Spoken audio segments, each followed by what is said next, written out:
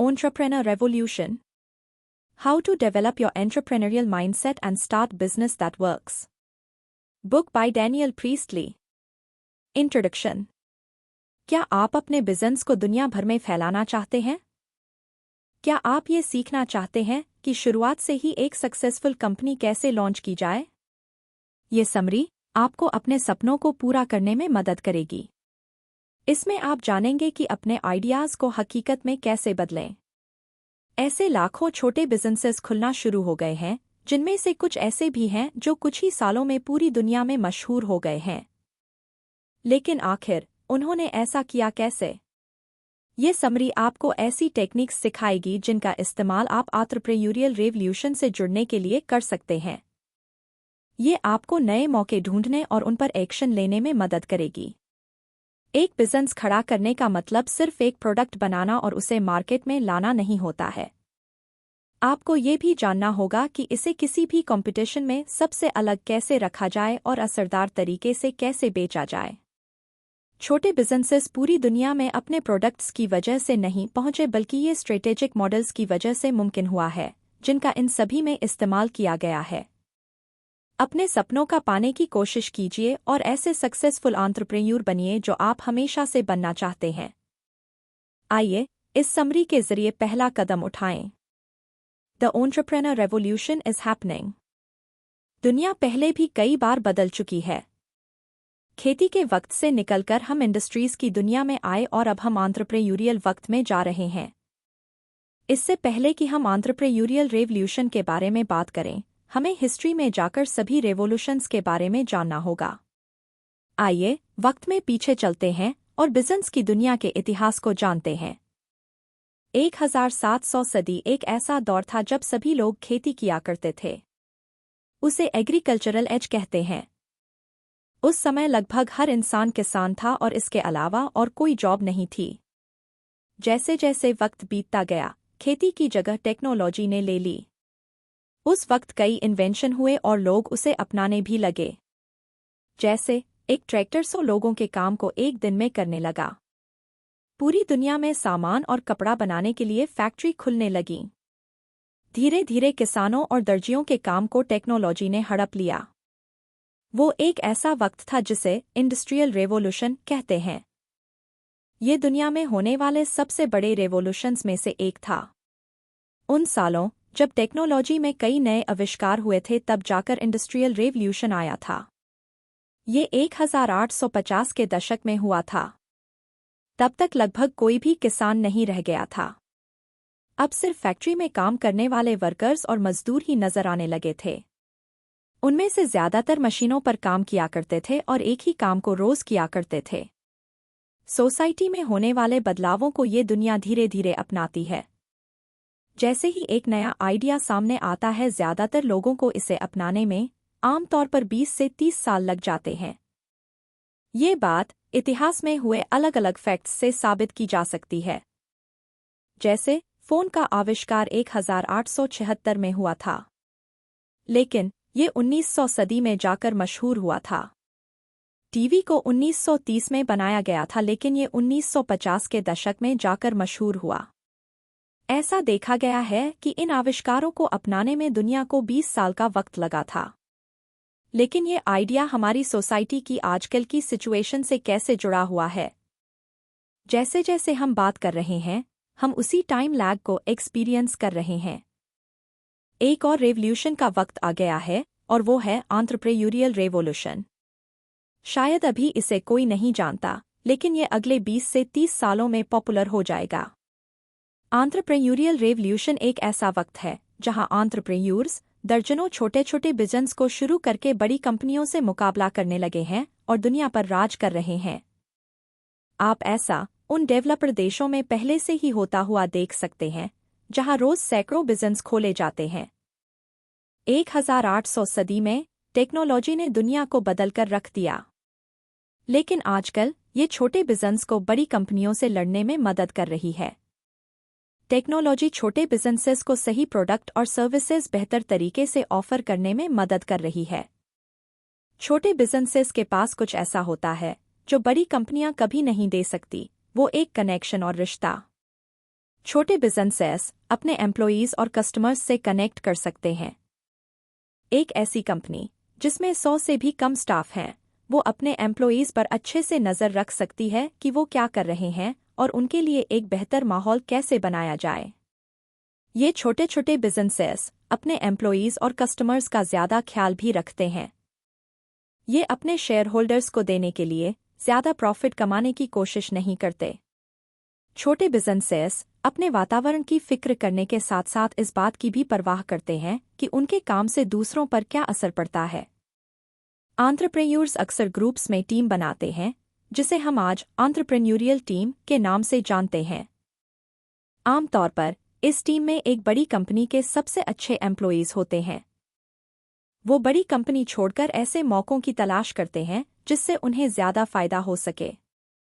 Entrepreneurial revolution बढ़ने लगा है और अगले 20 सालों में आप इसे चारों तरफ देखेंगे। इस समरी को इसलिए बनाया गया है ताकि ये आपको रेवोल्यूशन में सबसे आगे रहने और दूसरों से पहले सही मौकों को ढूंढने में मदद कर सके। किसी कॉर्पोरेट का गुलाम बने रहना बंद कीजिए और अपना बिजनेस खोलिए। आइए ये सीखें कि एक सक्सेसफुल एंटरप्रेन्योर बनने के लिए किन चीज़ों की ज़रूरत होती है और इस रेवोल्यूशन का हिस्सा बनिए। The rise of the global small business. जैसे जैसे एंटरप्रेन्योर्स बढ़ने लगे हैं, बिजनेस के और ज़्यादा ऑप्शन भी बढ़ने लगे हैं। अब कंपनियां पहले जैसी नहीं रहीं। टेक्नोलॉजी में ऐसे कई नए आविष्कार हुए हैं जिनका फ़ायदा आज ज़्यादातर एंटरप्रेन्योर्स उठा सकते हैं। पिछले चैप्टर में बताया गया था कि कैसे लोगों ने बड़ी कंपनियों से निकलकर धीरे धीरे अपना बिजनेस खोला। लेकिन ये छोटा बिजनेस वैसा नहीं हो सकता जैसा पिछले ज़माने में आपने सोचा होगा। छोटे बिजनेसेस में आजकल पूरी दुनिया में मशहूर होने की ताकत है। इस चैप्टर में हम जीएसबी या ग्लोबल स्मॉल बिजनेस नाम के नए कॉन्सेप्ट के बारे में जानेंगे। टेक्नोलॉजी की मदद से आप दुनिया के हर कोने में रहने वाले लोगों से कनेक्ट कर सकते हैं। आज आप एक बटन दबाकर दुनिया भर के सैकड़ों लोगों को मैसेज भेज सकते हैं। इस वजह से बिजनेस पहले जैसे लिमिटेड नहीं रहे। वो बिजनेस करने के लिए अलग अलग जगहों में बिना एक्स्ट्रा कैपिटल के खुद को बढ़ा सकते हैं। ये सब कुछ इंटरनेट से मुमकिन हो पाया है। ग्लोबल स्मॉल बिजनेस का कॉन्सेप्ट सिर्फ बिजनेस करने पर ही नहीं बल्कि एम्प्लॉयीज और कस्टमर्स ढूंढने पर भी अप्लाई होता है। जियोग्राफी की वजह से छोटे बिजनेसेस को अपनी कंपनियों को आगे बढ़ाने के लिए एक्सपीरियंस्ड एम्प्लॉयीज ढूंढने में मुश्किल हुआ करती थी। लेकिन अब एंटरप्रेन्योर्स दुनिया के किसी भी कोने से अच्छे एम्प्लॉयीज को जॉब पर रख सकते हैं। जीएसबी में काम करने वाले एम्प्लॉयीज अपने वक्त को कंट्रोल कर सकते हैं और आसानी से ट्रैवल कर सकते हैं। दूसरी तरफ जो लोग ऑफिस जाकर काम करते हैं वो 9 से 5 के डेस्क जॉब में फंसे रहते हैं। जीएसबी के ओनर्स और एम्प्लॉयीज तब भी काम कर सकते हैं जब वो पूरी दुनिया घूम रहे होते हैं। जीएसबी ऐसा फायदा भी देता है जो बड़े बिजनेस कभी नहीं देते। वो ऐसे देशों से लोगों को जॉब पर रख सकते हैं जहां पर खर्च कम होता है। कई जीएसबी इंडिया, थाईलैंड और फिलीपींस के लोगों को जॉब पर रखते हैं। ये सभी देश कम पैसे में अच्छी सर्विसेज देते हैं। अपने आउटपुट की क्वालिटी को कम किए बिना ये जीएसबी को अपने कॉस्ट को कम करने में मदद करता है।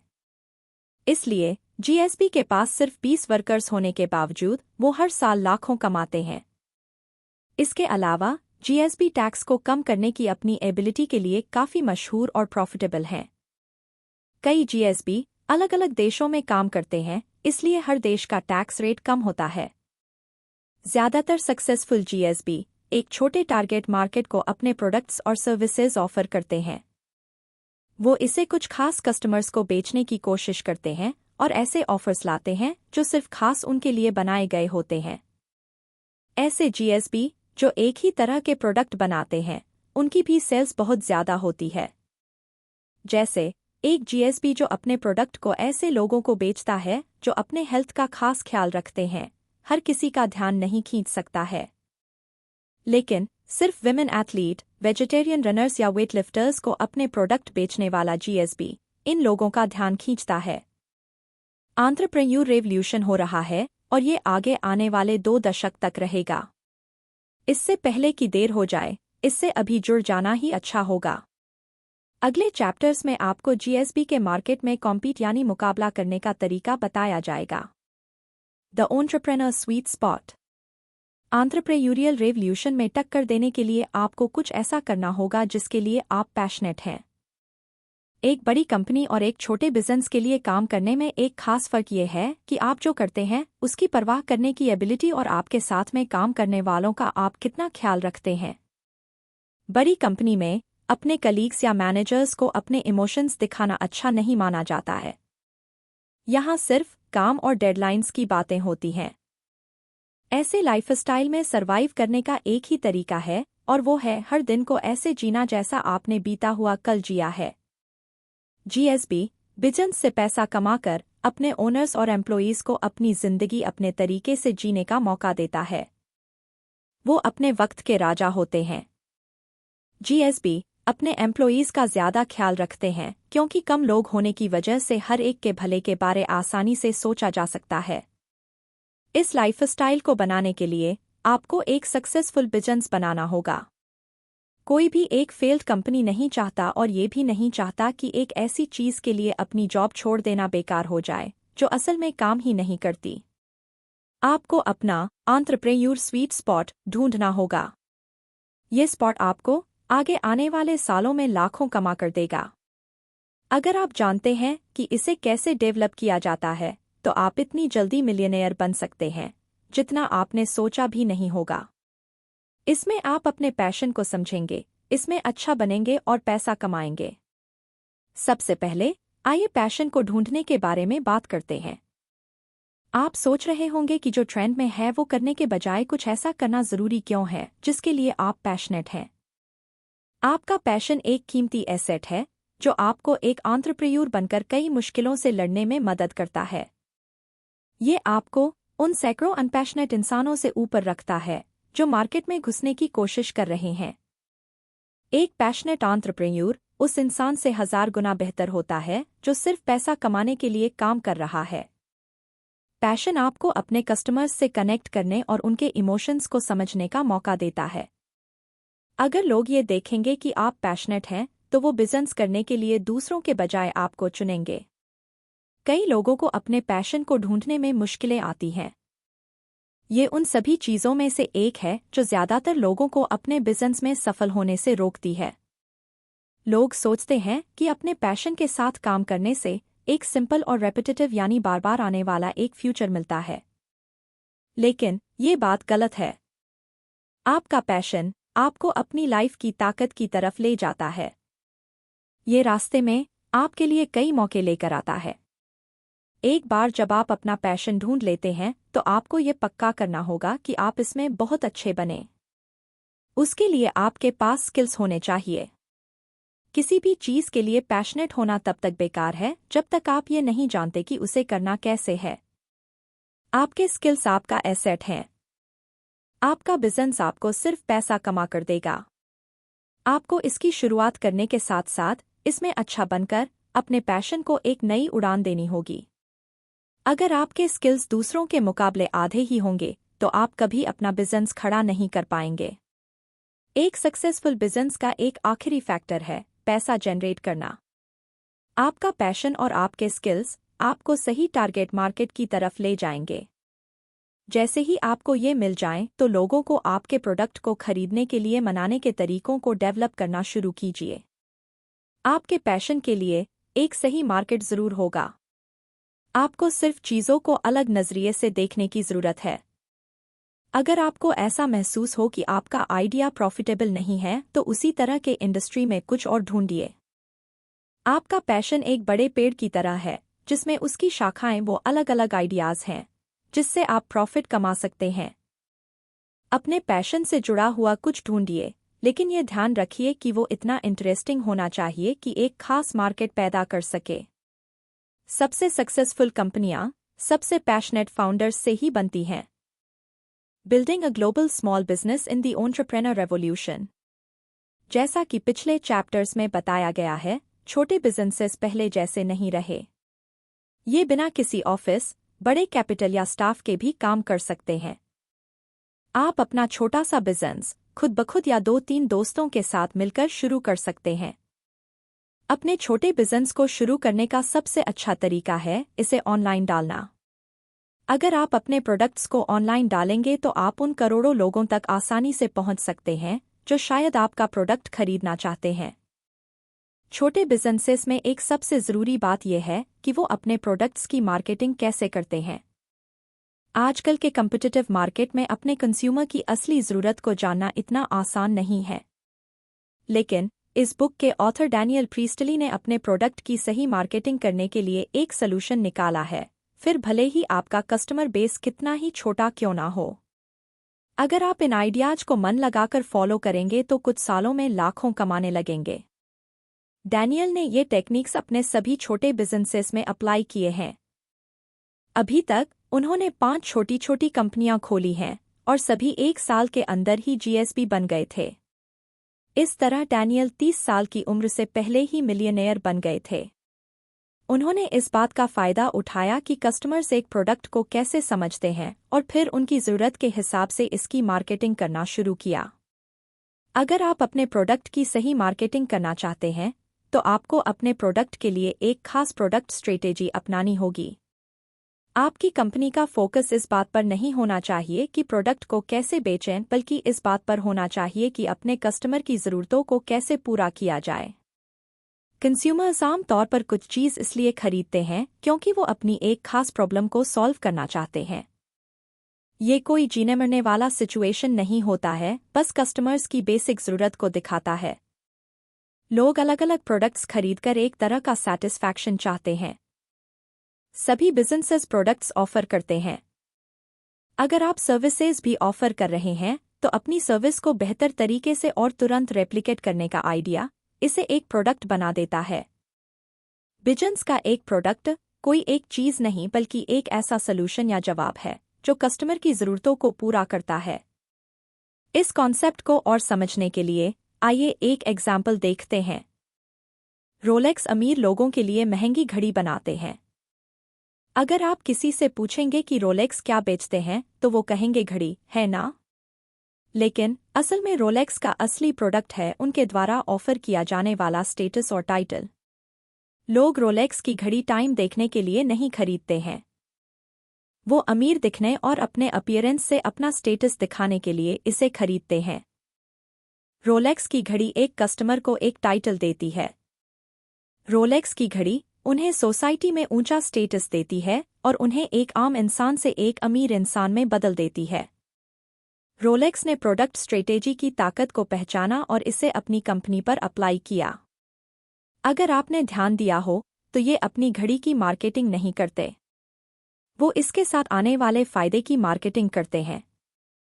अगर आप अपने प्रोडक्ट को बेचने में सक्सेसफुल होना चाहते हैं तो आपको अपने बिजनेस के असली प्रोडक्ट को पहचानना होगा। ये सिर्फ आपका प्रोडक्ट नहीं होना चाहिए, ये वो सलूशन होना चाहिए जो आप अपने कस्टमर की प्रॉब्लम और ज़रूरतों के लिए उन्हें देते हैं। डैनियल ने एक ऐसी परफेक्ट प्रोडक्ट स्ट्रेटेजी डिस्कवर की है जिससे छोटे बिजनेसेस दुनिया भर में पहुंच सकते हैं। इसे असेंडिंग ट्रांजैक्शन मॉडल या एटीएम कहते हैं। हम इसके बारे में अगले चैप्टर में बात करेंगे। दी ascending transaction model, ATM. Ascending transaction model या एटीएम एक ऐसा बिजनेस मॉडल है जो प्रोडक्ट स्ट्रेटेजी पर फोकस करता है।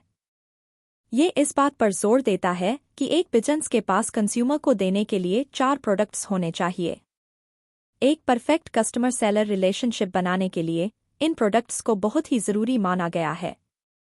आप इन 4 आइटम्स के जरिए कुछ ही महीनों में अपना लॉयल कस्टमर बेस बना सकते हैं। सबसे पहला प्रोडक्ट ये है कि आपको गिफ्ट ज़रूर देने चाहिए। ये एक बिजनेस के लिए ज़रूरी है और आपके ब्रांड नेम को लोगों के कान तक पहुंचाता है। आप जो गिफ्ट देते हैं वो फ्री होने चाहिए। इसके बदले में आपको कुछ भी एक्सपेक्ट नहीं करना चाहिए। ये टेक्निक आपके बिजनेस को एक अच्छे नज़रिए से जोड़ेगी। आप अपने छोटे बिजनेस में कीचेन, किताबें, टेम्पलेट्स या फ्री ट्यूटोरियल जैसे गिफ्ट दे सकते हैं। आप जो गिफ्ट देते हैं वो मीनिंगफुल या काम का होना चाहिए। ऐसा ना हो कि फ्री में देने के लिए आप कुछ भी दे दें। ये कुछ ऐसा होना चाहिए जो एक कस्टमर की सच में मदद कर सके, चाहे वो छोटे रूप में ही क्यों ना हो। दूसरा प्रोडक्ट जो आपको देना चाहिए वो है प्रोस्पेक्ट के लिए प्रोडक्ट। प्रोस्पेक्ट यानी वो लोग जो आगे चलकर आपके कस्टमर बन सकते हैं। ये प्रोडक्ट उनके लिए एक ट्रायल प्रोडक्ट की तरह काम करेगा। ये कस्टमर्स को आपकी कंपनी के साथ बिजनेस करने का एक्सपीरियंस लेने का मौका देता है। ऐसा प्रोडक्ट उन्हें ये देखने का मौका देगा कि आपकी कंपनी से कुछ खरीदना आखिर कैसा होगा और दूसरे कॉम्पिटिटर्स से आप अलग कैसे हैं। कई कंपनियां अपने प्रोस्पेक्टिव प्रोडक्ट के तौर पर फ्री ट्रायल पीरियड का इस्तेमाल करते हैं। गिफ्ट और प्रोस्पेक्ट के लिए प्रोडक्ट में फ़र्क ये है कि आप चाहते हैं कि आपको बदले में कुछ इन्फॉर्मेशन मिले। ट्रायल पीरियड से आपको कस्टमर के कॉन्टैक्ट इन्फॉर्मेशन के साथ साथ आगे के लिए और डिटेल्स भी मिलते हैं। एक बिजनेस के लिए ऐसे कंज्यूमर्स की लिस्ट बहुत काम की होती है जिन्होंने आपकी कंपनी में दिलचस्पी दिखाई है। तीसरा प्रोडक्ट जो आपको देना चाहिए वो है एक कोर प्रोडक्ट। ये प्रोडक्ट आपका प्राइमरी प्रोडक्ट है। ये वो है जिसके लिए आपकी कंपनी जानी जाएगी। कार मैन्युफैक्चरर्स के लिए उनका कोर प्रोडक्ट उनकी गाड़ियां हैं। एयरलाइन कंपनी का कोर प्रोडक्ट है उनकी फ्लाइट की क्वालिटी। आपका कोर प्रोडक्ट यूनिक और पावरफुल होना चाहिए।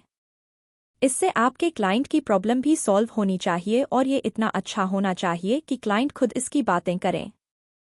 आपके कस्टमर्स मार्केटिंग करने का सबसे अच्छा जरिया होते हैं। आपके प्रोडक्ट को लेकर जो एक्सपीरियंस वो अपने करीबी लोगों के साथ शेयर करते हैं वो सबसे ज़्यादा असरदार होता है, क्योंकि ये ऐसे लोग से आ रहा होता है जिन्हें वो अच्छे से जानते हैं और उन पर भरोसा करते हैं। आखिर में आपके बिजनेस को एक सब्सिक्वेंट प्रोडक्ट भी देना चाहिए। इस प्रोडक्ट को अक्सर लॉजिकल नेक्स्ट स्टेप या LNS कहते हैं। ये आपके कोर प्रोडक्ट से मिलता जुलता प्रोडक्ट होता है, लेकिन बिल्कुल हूबहू नहीं। ये एक ऐसी चीज़ है जिसकी कंज्यूमर्स को आपके कोर प्रोडक्ट को खरीदने के बाद ज़रूरत पड़ती है।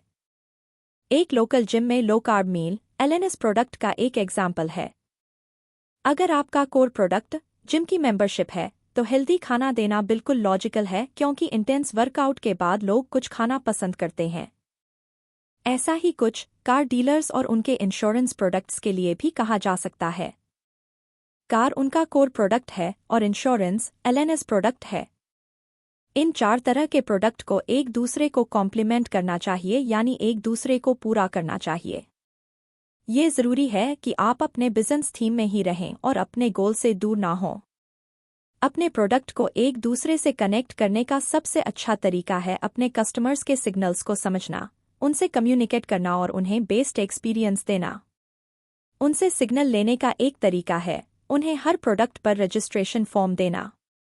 इस तरह कस्टमर्स आपको सिग्नल दे सकते हैं कि उन्हें कोई प्रोडक्ट चाहिए या वो उसमें इंटरेस्टेड नहीं है। अपने कस्टमर्स से कम्युनिकेट करना भी इस प्रोसेस का ज़रूरी हिस्सा है। एक अच्छी सेल्स कन्वर्सेशन से आप डील को क्लोज कर सकते हैं। ज़्यादातर कस्टमर्स तभी कुछ खरीदते हैं जब वो कंपनी में किसी से बात करते हैं। आपका एक ही गोल होना चाहिए कि आप अपने क्लाइंट्स को बेस्ट एक्सपीरियंस दें। नामुमकिन गोल्स का कभी वादा मत कीजिए और ऐसे गोल्स रखिए जिन्हें पूरा करना मुमकिन हो। कम बेचना और ज़्यादा डिलीवरी करना याद रखें। सबसे अच्छा एक्सपीरियंस देने का बेहतरीन तरीका है अपने क्लाइंट्स को वो देना जो उनकी उम्मीद से कहीं बढ़कर हो। दी वैल्यू क्रिएशन साइकिल। एक ग्लोबल बिजनेस खड़ा करने के लिए आपके पास आइडियाज को मौकों में बदलने की एबिलिटी होनी चाहिए। एक एंटरप्रेन्योर होने के नाते आपको अपने इमेजिनेशन से अपने आइडियाज को सच्चाई में बदलना सीखना होगा।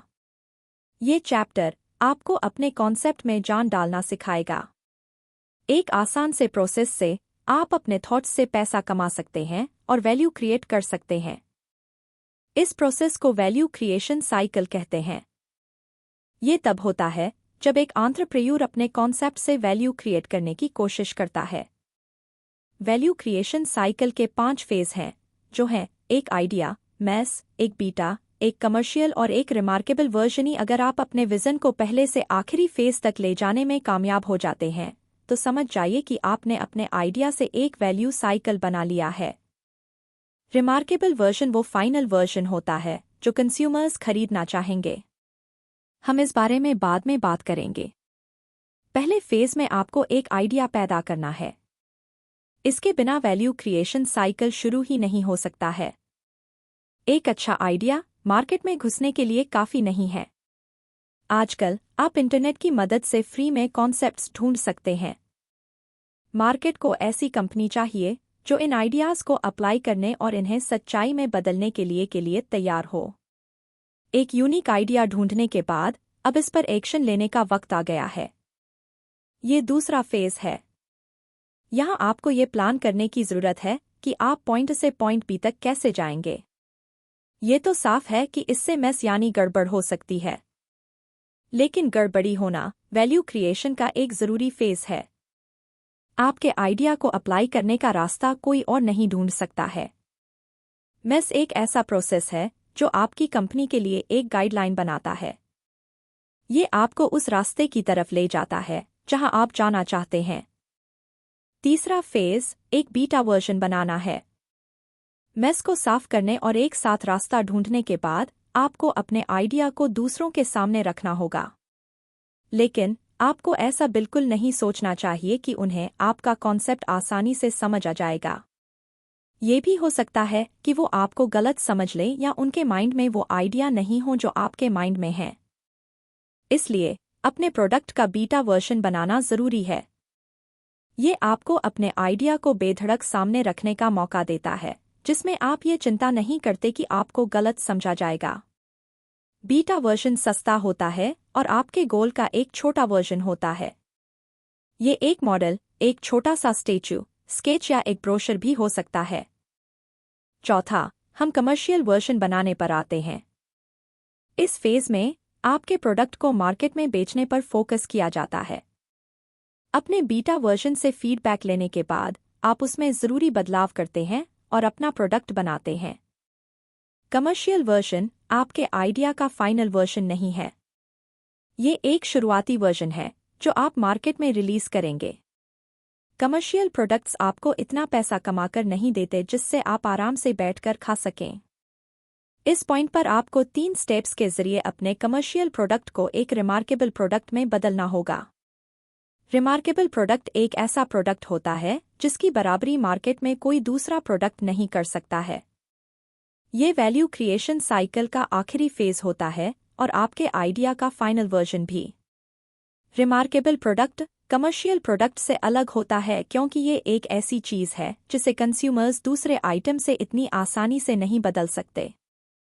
रिमार्केबल प्रोडक्ट्स यूनिक होते हैं और इसलिए कस्टमर के लिए खास होते हैं। अपने कमर्शियल प्रोडक्ट को रिमार्केबल बनाने के लिए आपको इसे मीनिंगफुल, डेकमोडिटाइज्ड और ओवर सब्सक्राइब्ड बनाना होगा। एक मीनिंगफुल प्रोडक्ट आपको फिजिकली और इमोशनली सैटिस्फैक्शन देता है। अपने क्लाइंट की ज़रूरतों को बाहर से पूरा करने पर ध्यान मत दीजिए। उनकी इंटरनल और इमोशन ज़रूरतों का भी ध्यान रखिए। एक मीनिंगफुल प्रोडक्ट बिना मीनिंग वाले प्रोडक्ट से कहीं ज़्यादा कीमती होता है। क्या आपने नोटिस किया है कि एप्पल अपने नए आईफोन्स के लिए मार्केट में अपने मार्केटिंग वीडियो को कैसे रिलीज करता है? वो किसी स्पेक्स या खासियत और डिटेल्स पर फोकस नहीं करते। वो इस बात पर फोकस करते हैं कि ये फ़ोन कैसे आपकी रोज़मर्रा की ज़िंदगी को कैप्चर करता है और आपको अपने करीबी लोगों से कनेक्ट करने में मदद करता है। अगर आपको एक रिमार्केबल प्रोडक्ट चाहिए तो इसके अंदर एक मीनिंग ढूंढिए। इसके बाद एक रिमार्केबल प्रोडक्ट को डेकमोडिटाइज करना जरूरी है, यानी प्राइस के मामले में मुकाबला नहीं करना बल्कि आपके प्रोडक्ट से मिलने वाला ओवरऑल सैटिस्फैक्शन बढ़ा देना। ये आपको एक कमर्शियल प्रोडक्ट से ज़्यादा फायदा देता है। एक रिमार्केबल प्रोडक्ट इस बात पर फोकस नहीं करता कि उसका प्राइस सबसे कम हो। इसका फोकस वैल्यू क्रिएट करना होता है। जैसे ऑर्डिनरी ब्लैक सॉल्ट यानी काला नमक और हिमालयन काले नमक में बहुत कम फर्क होता है, लेकिन हिमालयन काला नमक 10 गुना ज्यादा बिकता है क्योंकि इसे डेकमोडिटाइज किया गया है। अपने प्रोडक्ट को अलग बनाइए। अपने प्रोडक्ट को एक आम सी चीज मत बनने दीजिए और कुछ यूनिक कर दिखाइए। आखिर में एक रिमार्केबल प्रोडक्ट ओवर सब्सक्राइब होता है, यानी आपकी सप्लाई डिमांड से ज्यादा नहीं होनी चाहिए। आपको अपनी सप्लाई को कम करना होगा ताकि लोग आपसे ज्यादा खरीदने के लिए तैयार रहें। ओवर सब्सक्रिप्शन का एक अच्छा तरीका है अपने आउटपुट को अपनी कैपेसिटी से कम कर देना। ज़्यादा बेचने से बेहतर ये है कि आप क्वालिटी प्रोडक्ट डिलीवर करें। Create versus consume. कुछ क्रिएट करने यानी बनाने और उसे कंज्यूम करने यानी इस्तेमाल करने के फ़र्क को समझना बहुत ज़रूरी है। एक राइजिंग एंटरप्रेन्योर होने के नाते इस फ़र्क को जानने से आपकी पूरी जर्नी पर असर पड़ेगा। ऐसे एंटरप्रेन्योर्स जो सिर्फ कंज्यूम करने पर फोकस करते हैं वो बोर हो जाते हैं और अपनी इंडस्ट्री से थक जाते हैं। वो जो भी करते हैं उन्हें उसमें मज़ा नहीं आता और वो हर चीज़ से कुछ ज़्यादा ही एक्सपेक्ट करते हैं। दूसरी तरफ कुछ क्रिएट करना आपको बेहतर नज़रिया देता है। इससे एंटरप्रेन्योर्स ज़्यादा मोटिवेटेड रहते हैं और काम करने के लिए एक्साइटेड भी रहते हैं। क्रिएटिंग का मतलब कुछ ऐसा करना है जिससे नई चीज़ें बने। इसमें आप एक स्ट्रिक्ट और डिटेल्ड प्लान पर फोकस नहीं करते। आपके पास एक प्लान होता है लेकिन आप नए आइडियाज़ और सुझावों के लिए भी ओपन रहते हैं। सोचिए कि आप एक ट्रिप पर हैं। आप एक आइटिनरी बनाते हैं और पूरे वेकेशन पर इसे फॉलो करने का सोचते हैं। आपका ट्रिप अच्छा चल रहा है और आप कई नए लोगों से मिलते हैं। आप अलग अलग चीज़ें एक्सपीरियंस करते हैं और ऐसे लोगों से बात करते हैं जिनकी सोच बिल्कुल आपके जैसी है। एक साल बाद आप इस बात को याद करते हैं कि आपने उस खास ट्रिप में कितना एंजॉय किया था। आप एक फ्लाइट ये सोचकर बुक करते हैं कि आप एक बार फिर ऐसा ही कुछ करेंगे। लेकिन अब की बार आप उतना एक्साइटमेंट और खुशी महसूस नहीं करते जितना आपने पहले किया था।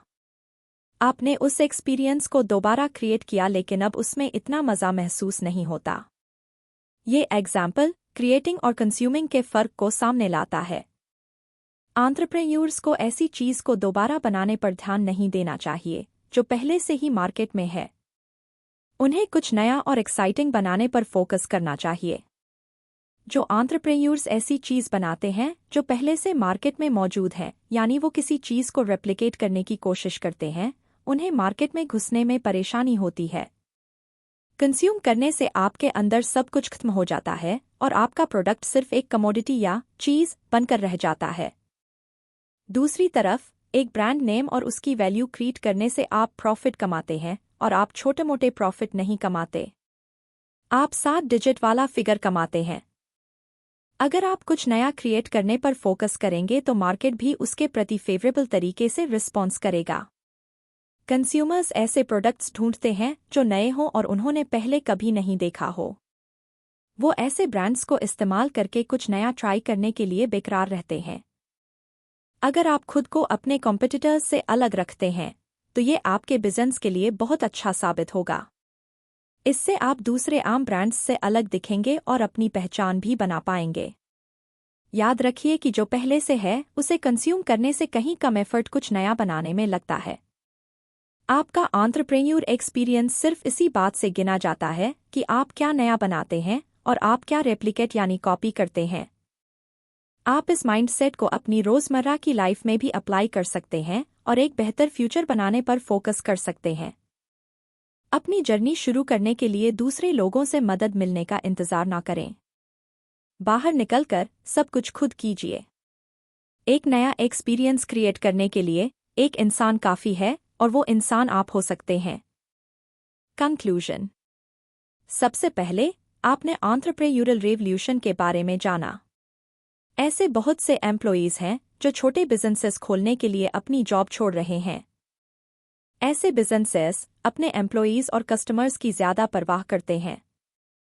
आगे जाकर वो उन कंपनियों से कहीं आगे निकल जाते हैं जो सिर्फ प्रॉफिट कमाने में दिलचस्पी रखते हैं। दूसरा, आपने ग्लोबल स्मॉल बिजनेसेस के बारे में जाना। जीएसबी बिना ऑफिस, बड़ा कैपिटल और हज़ारों एम्प्लॉइज़ के ही लाखों कमा सकते हैं। छोटे बिजनेसेस इंटरनेट की मदद से कई देशों और मार्केट तक पहुंच सकते हैं। तीसरा, आपने एंटरप्रेन्योर के स्वीट स्पॉट के बारे में जाना। ये स्वीट स्पॉट तब मिलता है जब एंटरप्रेन्योर्स एक सक्सेसफुल और प्रॉफिटेबल बिजनेस बनाते हैं। इसे देखने के लिए आपको अपने पैशन को जानना होगा, उसमें अच्छा बनना होगा और फिर उससे पैसा कमाना होगा। चौथा, आपने इफेक्टिव मार्केटिंग के बारे में सीखा। आपको एक खास कैटेगरी ढूंढकर लोगों की प्रॉब्लम को सॉल्व करने पर फोकस करना चाहिए। आपका प्रोडक्ट सिर्फ एक कमोडिटी या चीज़ नहीं, बल्कि वो सॉल्यूशन होना चाहिए जो कस्टमर की ज़रूरत को पूरा करता है।